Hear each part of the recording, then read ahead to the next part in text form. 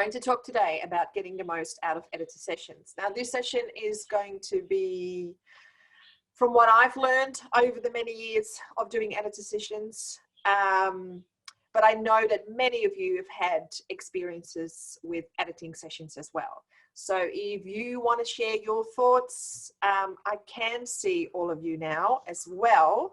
So you can always put up your hand and add your 2 cents worth. All right, here we go. Okay, expectations. So before we start going to an editor session, we need to get our expectations right. And I used to be so incredibly nervous about this because I had very high expectations.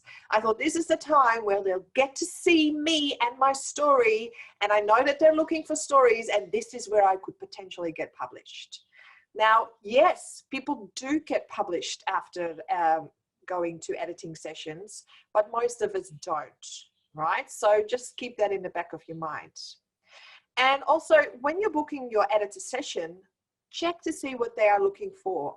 Are they looking at acquisitions? Are they looking for a new story?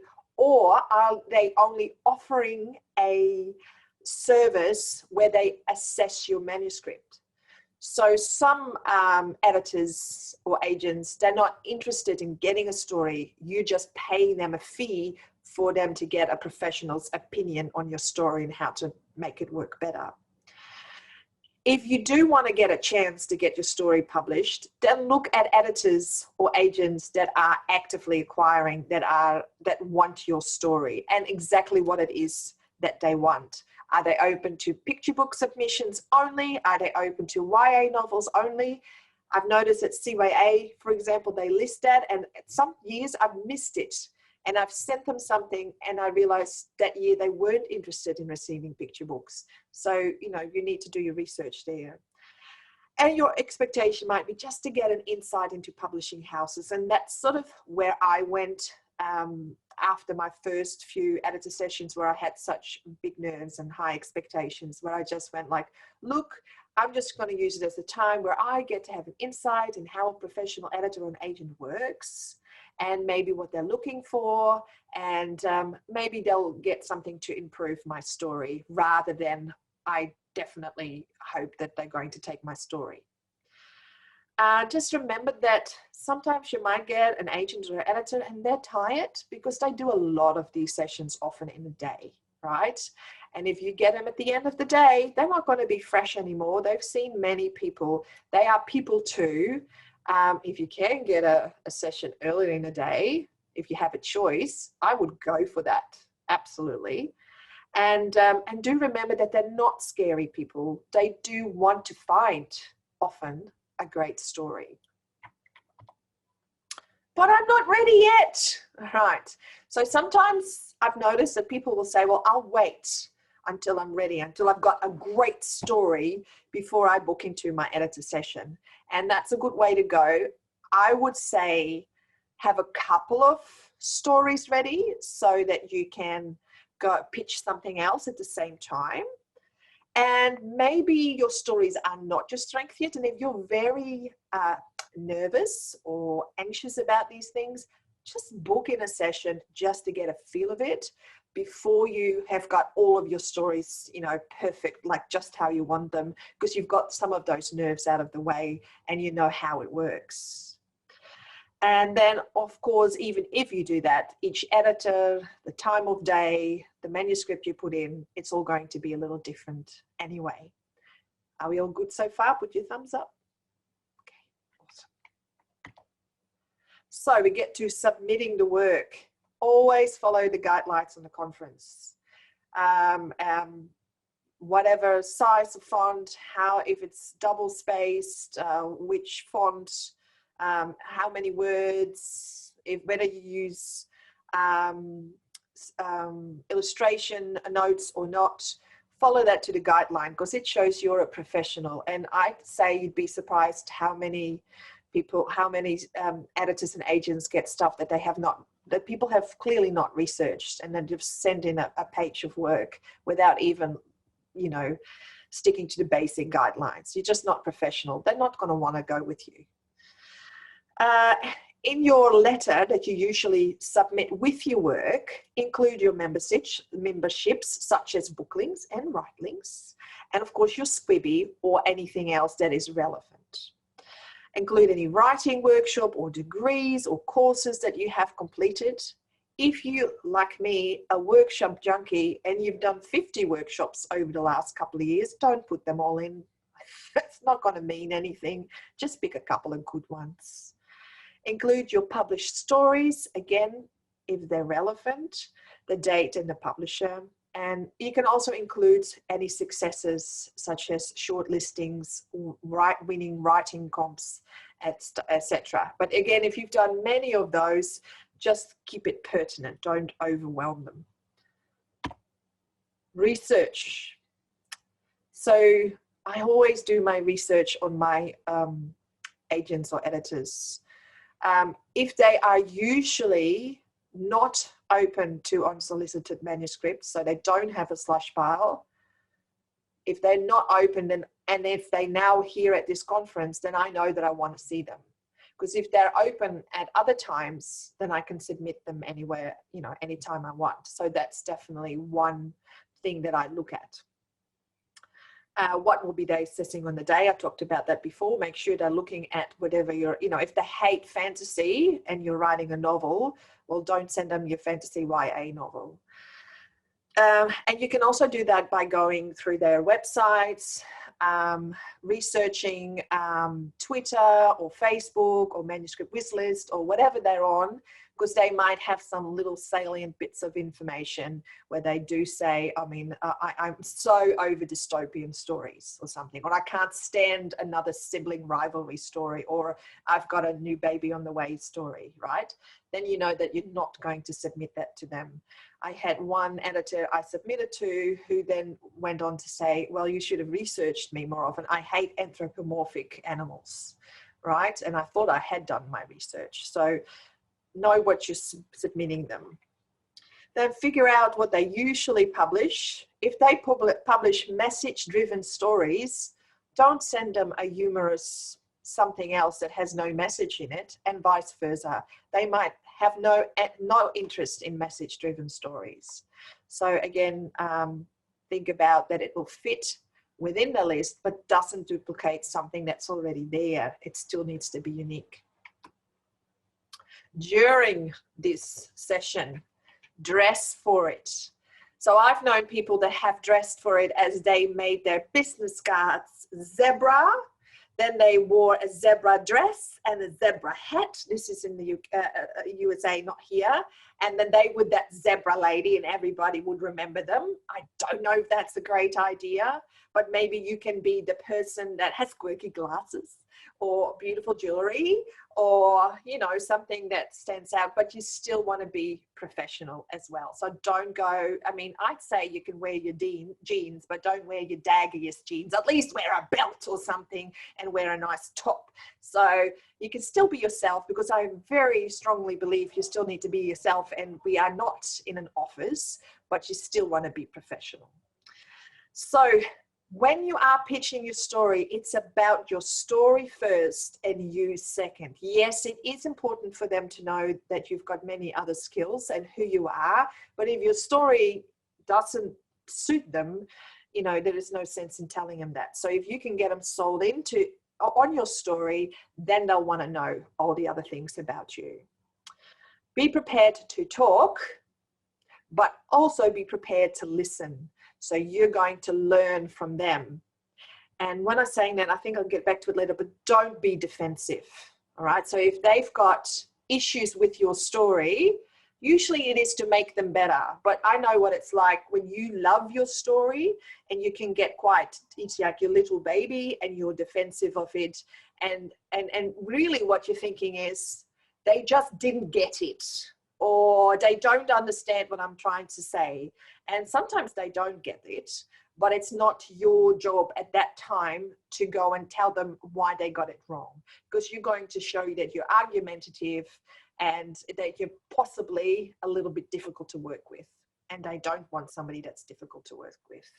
Of course, you can have your ground. I mean, when you get to the acquisition and you've got the story, stand your ground then. But by then, you know, maybe a little nudge rather than a full-on attack of why they've got it wrong.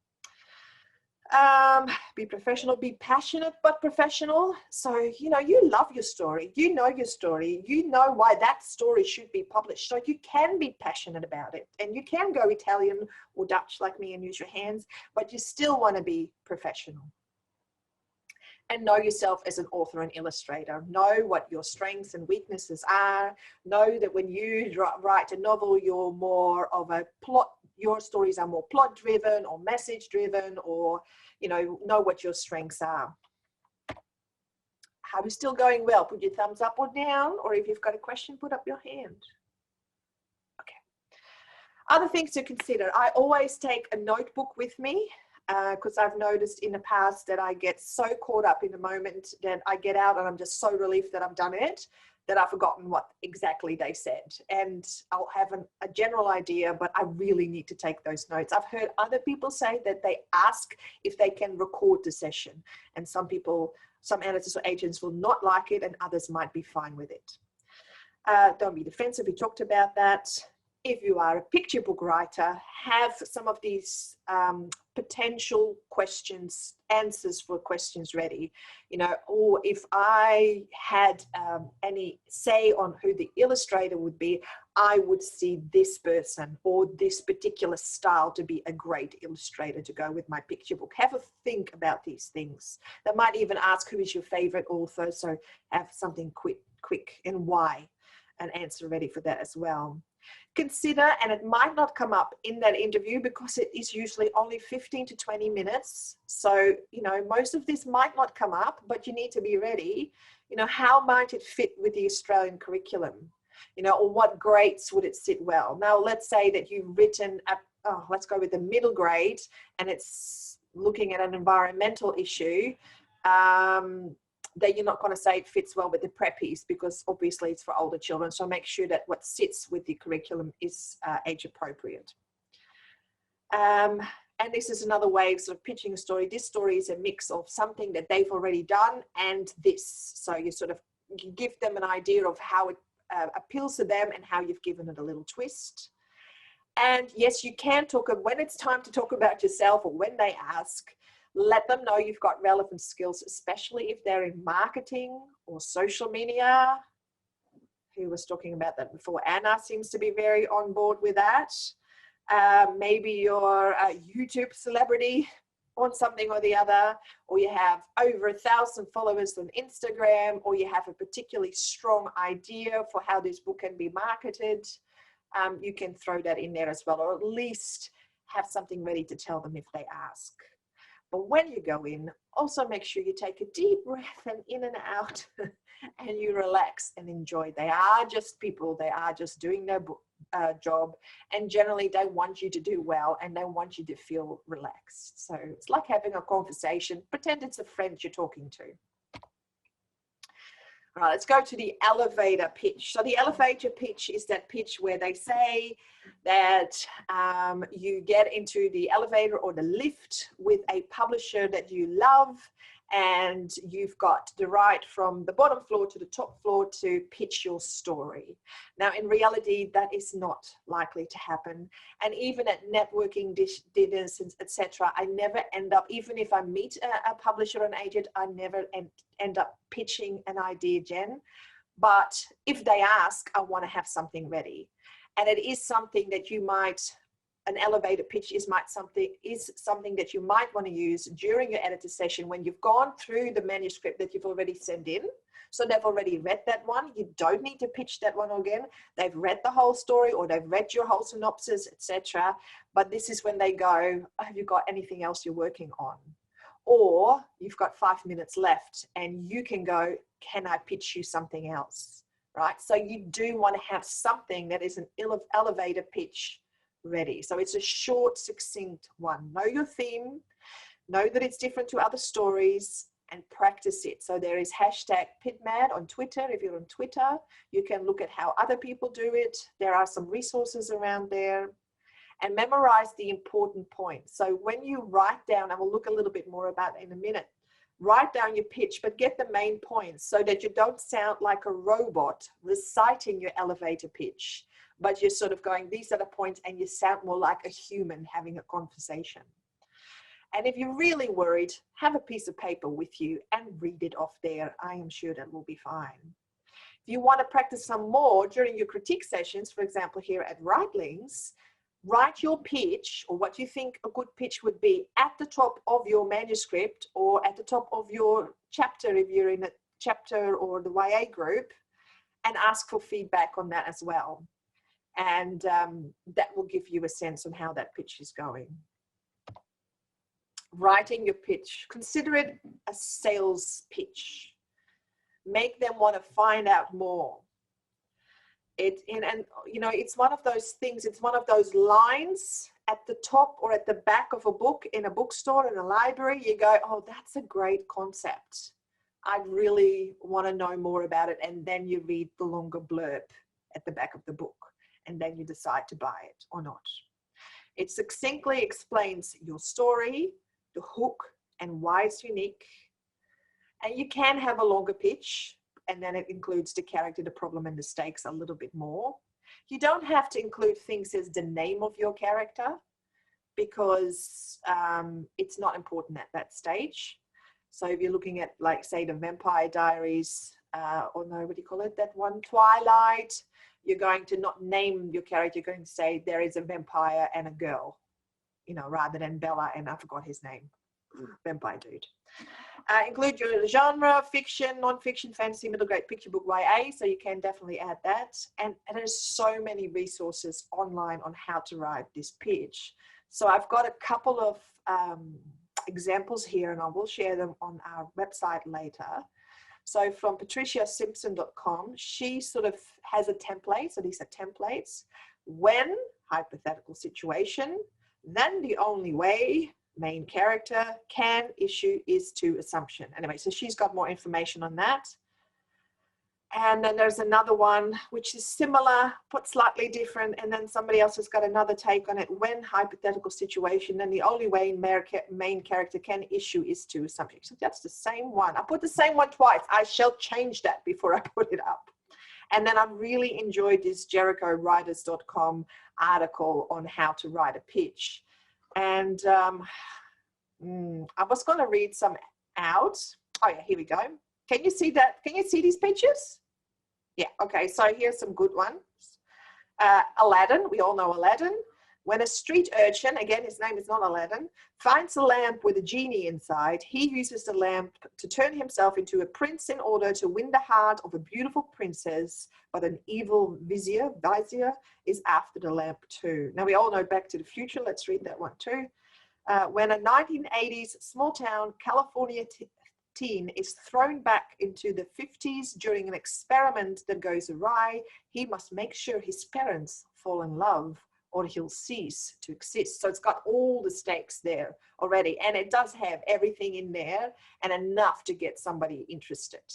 And I liked Aquaman, the human-born heir to the underwater kingdom of Atlantis goes on a quest to prevent a war between the worlds of ocean and land.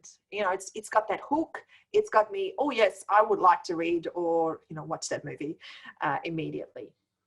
Let's see if I can find, yeah, okay. All right. Any questions on pitches on that part?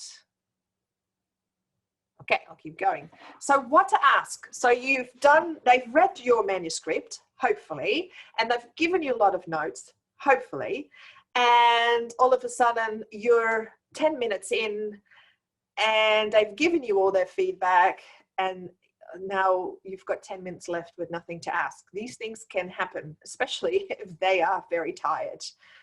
This is where you have your question list, and I will write myself a list of questions and I will bring them in, because I'll know that at the moment I might get a bit flummoxed and I'll forget what I was going to ask and I can just read it off. So I will ask them, what are you looking for right now? What are you not interested in? How can I improve this particular story so that it might fit with your publishing house? I always ask if I can resubmit the story. And then this is where you ask them, can I read you some other pictures of stories and see if you are interested in them, and would you like to receive them. And what I always ask, what is the best way to contact you, and ask for their email. Afterwards, make sure you follow up. I'm yelling at myself because I often forget to follow up. They actually do say, yes, you can resubmit, and they do give me their card. And then for whatever reason, I don't follow up, which is stupid. So this is my, I need to learn this myself. I need to follow up. You too. And what if you never heard back? What if you did follow up? Or what they said that you can resubmit and you did? Then don't get too upset. They may already have a story like that scheduled for publication. And maybe your story just wasn't a good fit with what they are publishing. And maybe you do need to develop your strengths as a writer. And they might be holding on to that card. They might be going, I remember talking to this lady. I didn't really, love that story she was writing, but maybe he or she could write this story, which is what happened with one of my stories, Meet Sydney Nolan, one of my first ones. They liked my writing styles. They didn't like the topic. They knew I could write it, and they asked me to write it. So they might still get back to you some other day.